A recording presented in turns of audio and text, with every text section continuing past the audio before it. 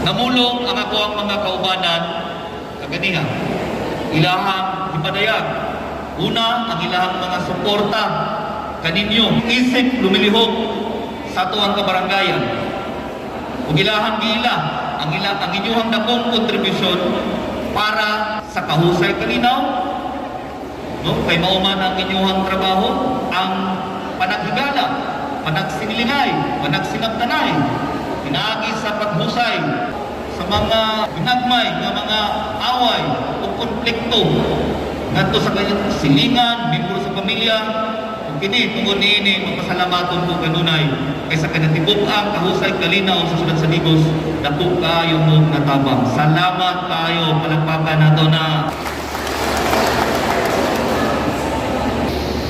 Ako ipahibalo sa inyo ha, na dunay tulo ka barangay nideklara sa dili nila pagtabang sa hukbong Digoseños. Yata na dili maapektuhan ang ato ang relasyon. Kaya kapitan raman to ninyo ang nideklara.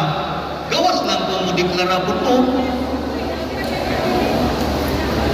Kunya, dito sa ato ang panumpa, sama sa gisulti sa ako ang idolo, mga mentors na ko, na dito sa katapusan, so help me God. Kunya akong istoryang pasumbingay, di ko gusto mo abot itong maglakaw na maglalat. Ako sa kasturya, apan pwede na itong tanawon nga sumbanan.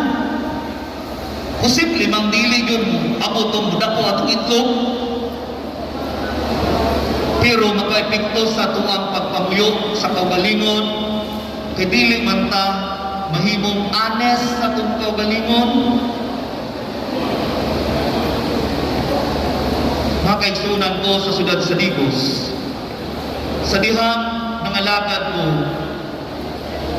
ako ang iklaro sa itong kaugalingon kung unsay gusto na ko para sa syudad sa Digos, mahaong sa tinguha, haong sa gikinahanglan kung ato ang padulngan sa kanang mabitaw meeting na ko dayon usa mi nagsugod atong July 2019 ato mi dito sa Pinnacle Hotel. Si Vice Mayor Banya, mga kaubanan nato sa konseho o mga department heads. Primero na akong gisbutan, unsa may tumong na to, unsa man ang ato ang executive legislative agenda para lang ba malipay ang ato ang CLGO, palakpakan na to. Engineer Evelyn Campo, nasa dira palakpakan na to. Maoning panahon sa bag-ong pangalagan o panerbisyo, dili ko gusto ng compliance na para malipay ni para ang record nito naatay ELA na gitawag. Sa nag-ELA, executive o legislative agenda, kung sa may mga tinguha sa ehekutibo ako, isip mayon, o legislatibo, ang konseho, pinamuluhan ni Atty. Johanny Banya, mao itong nasabutan na mo, primerong linya, at tunay ito ang kalinya nga gusto na kong mahinumduman ninyo, and this describe how I live and serve and manage Digos City. Primerong linya, making Digos City a city of choice to live, work, and visit. Kumaro na doon sa Bisaya. Ikaduhang linya, nga gusto na akong may nungtuman ninyo kay mauni ang naghulagway. Kung giunsa nato pagtumala, kung sa mga prioridad nato sa syudad, raising the standard of public service in Digos City. Direksyon, klaro kayo. Isugdan sa pagpangalagan, kabalo namin kung saan paggasto ang kwarta sa syudad. Dideklara namin, niingon ko sa mga kaubanan, we will fully utilize, I am directing for the maximum or optimum and judicious utilization of the 20% development fund, yearly 20% kada tuig, nga 20% pondo pang kalambuan o uban pang mga local fund, including the general fund, including the special education fund, including the peace and order fund. Mauni ang mga pondo na pwede natong gamiton para kada tuig hulagway sa bagong pangalaga diin ang magadiktaan na maudjod ang mayor. O sa kapaspason o kahinayon ang pagdagan sa kalambuan, ang paghimog sa mga programa, serbisyo, proyekto, ang primerong nagtimon ana maumang jod ang mayor. Unya,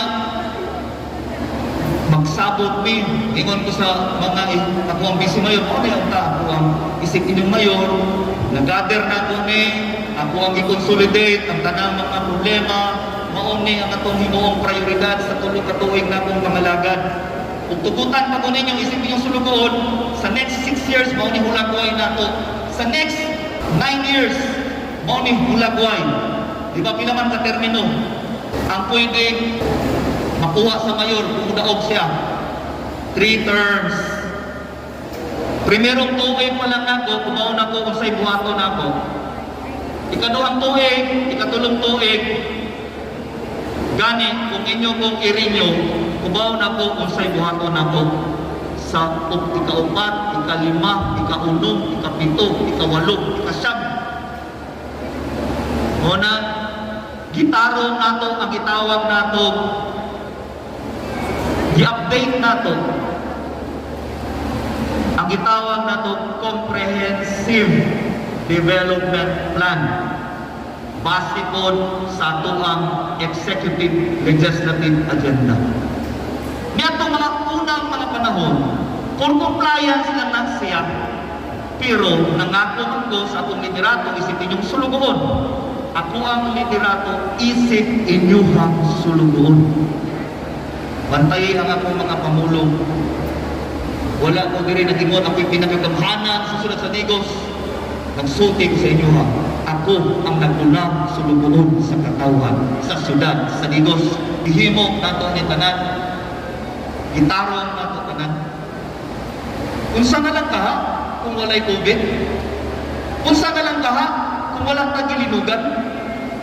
Gani, bisan pa man ana, nakausad, didagan ang atong programa, curriculum serbisyo.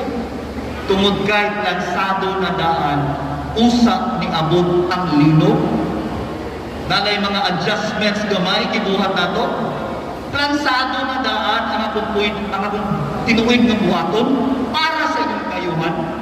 Para sa kalidad na kinabuhi, nato ang gidamgo tanan, bisan pa man, matagusan nato, adunay kapikos, kapait nga nasinating, apan, isip ni Gustenyo, aduna kita'y kwarta sa syudad, na pwede na itong himuang programa na makatabang kaninyo.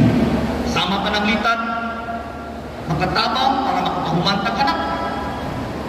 Pwede tang kahimong programa, medical assistance program, Gadiin, makuhan-kuhan ang nakong problema nato kung asa ta mangita sa pambayan. Ano na kita'y programa para sa mga namatyan.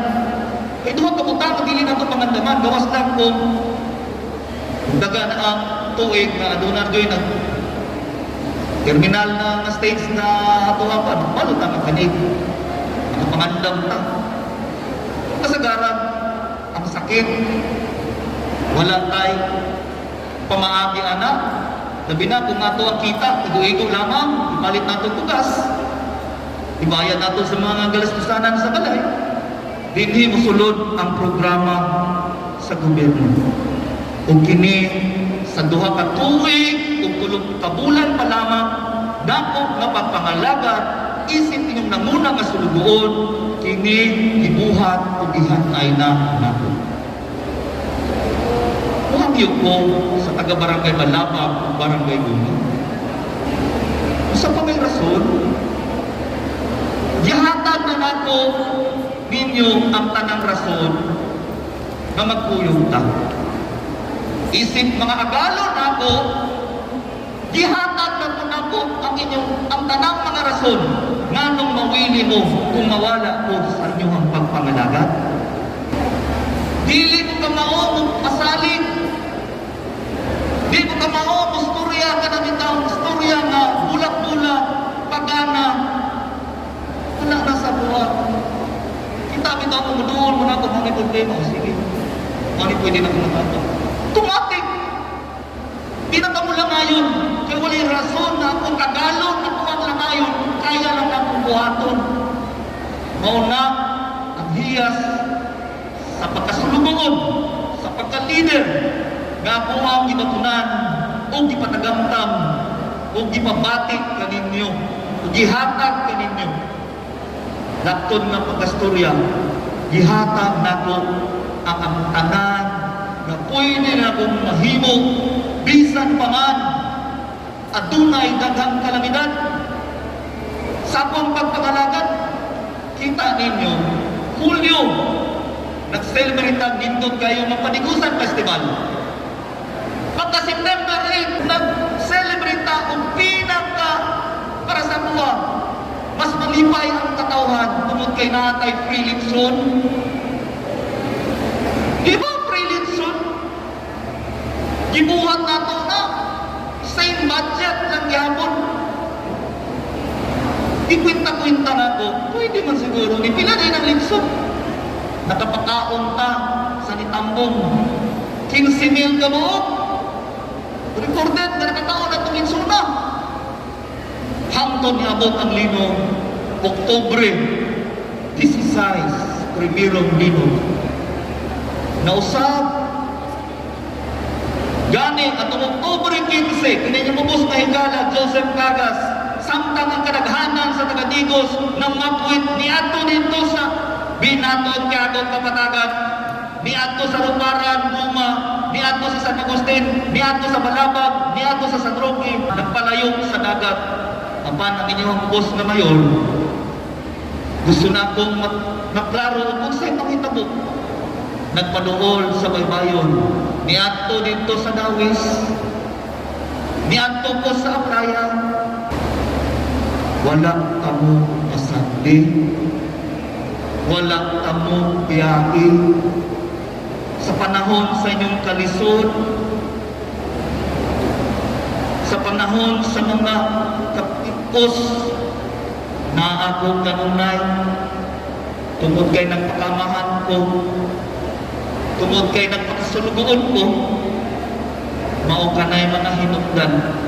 Apan ang ato ang mga nasugdan din ako ni kaya buhaton, kung dili ko ninyo tagaan kung mga kaubanan sama ni Atty. Johari Banya palakpakan nato.